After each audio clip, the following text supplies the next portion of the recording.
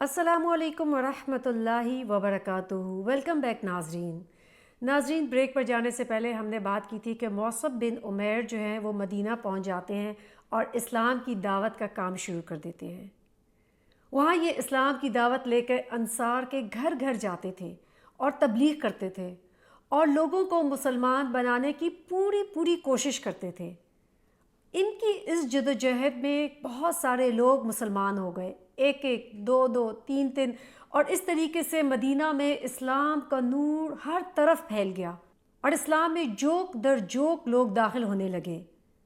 پھر انہوں نے مدینہ میں جمعے کی نماز کروائی۔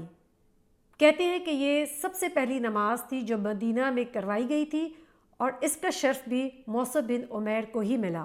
اسلام کے پہلے سفیر جن کو مدینہ نے موصب الخیر کا لقب دیا، ان کا قیام اسد بن زرارہ کے گھر پر تھا اور ان کی تبلیغ کی وجہ سے بہت سارے لوگ مسلمان ہو گئے۔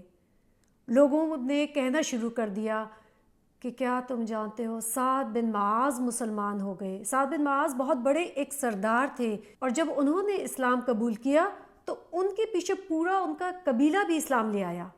اسی طریقے سے سعد بن عبادہ مسلمان ہو گئے، اسید بن حذیر مسلمان ہو گئے۔ ان تمام شخصیات نے جب اسلام قبول کیا تو مدینہ کے ہر گھر میں اسلام کا نور پھیل گیا۔ اس کے بعد وہ زمانہ آتا ہے کہ اللہ کے رسول صلی اللہ علیہ وسلم مدینہ کی طرف ہجرت کر کے آتے ہیں اور اسلام کی سب سے پہلی جنگ ہوتی ہے جس کو غزوہ بدر کے نام سے یاد کیا جا سکتا ہے۔ غزوہ بدر 2 ہجری میں ہوئی۔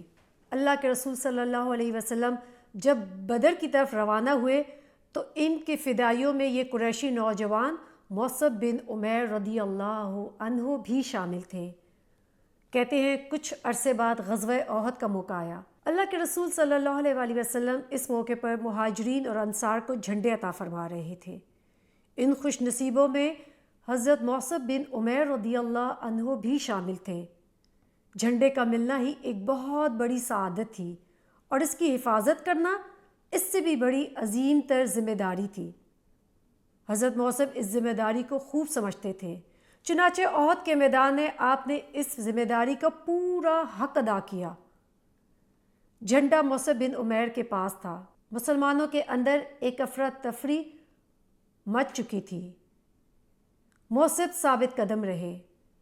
اس وقت آپ نے اپنے دائیں ہاتھ میں جھنڈا پکڑا ہوا تھا۔ کسی نے تلوار کا ایسا وار کیا کہ آپ کا دایاں ہاتھ جسم سے جدا ہو گیا۔ آپ نے جھنڈے کو اپنے بائیں ہاتھ میں پکڑ لیا۔ کسی نے بائیں ہاتھ پر وار کیا تو ان کا بایاں بازو بھی کٹ گیا۔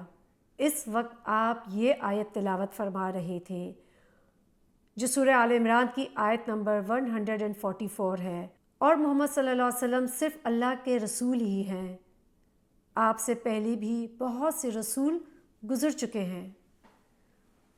حضرت موصب نے کٹے ہوئے بازوؤں کے ساتھ بقایا حصوں کے سہارے جھنڈے کو اپنے سینے سے لگا لیا۔ اب اس بار ان کو اتنی زور سے کسی نے نیزہ مارا کہ نیزہ آپ کے سینے کے آر پار ہو گیا اور آپ شہید ہو گئے۔ شہادت کے وقت آپ کی عمر 40 یا کچھ روایات کے مطابق 33 برس تھی۔ جھنڈا زمین پر گرا تو حضرت علی رضی اللہ عنہ نے آگے بڑھ کر جھنڈے کو اٹھا لیا اور یہ معرکہ ختم ہوا۔ اللہ کے رسول صلی اللہ علیہ وسلم تمام صحابہ جو شہید ہو چکے تھے ان کو الوداع کہہ رہے تھے، جن میں حضرت موصب بن عمیر بھی شامل تھے۔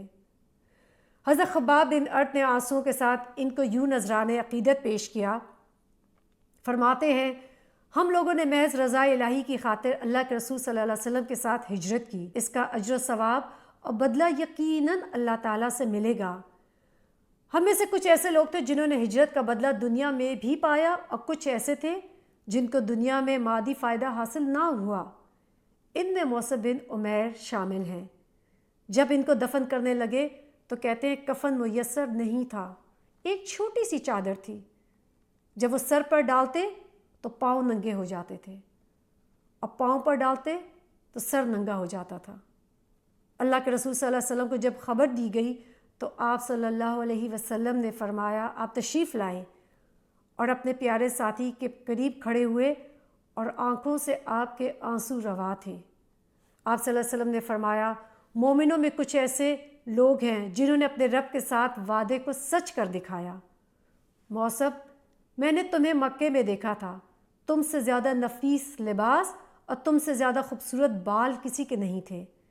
اس وقت میں تمہاری یہ حالت دیکھ رہا ہوں کہ تمہارے بال بکھرے ہوئے ہیں اور تم ایک معمولی سی چادر میں لپٹے ہوئے ہو۔ پھر آپ صلی اللہ علیہ وسلم نے تمام شہداء کی طرف ایک نظر ڈالی اور فرمایا اللہ کا رسول گواہی دیتا ہے کہ تم قیامت والے دن شہداء میں اٹھائے جاؤ گے۔ پھر آپ صلی اللہ علیہ وسلم نے صحابہ کو حکم دیا کہ موصب کے سر کو چادر سے ڈھانپ دیا جائے اور پاؤں پر اصغر گھاس سے ڈھک دیا جائے، اور پھر ان کو قبر کے سپرد کر دیا گیا۔ اللہ تعالیٰ کی رحمت ہو ان پر۔ آپ دیکھیں ناظرین، یہ وہ انسان تھے کہ جن کو دنیا میں ہر نعمت نصیب ہوئی تھی، لیکن انہوں نے اسلام کو فوقیت دی۔ گھر، مال، اپنے ہر نعمت پر موصب بن عمیر نے اسلام کو نہیں چھوڑا۔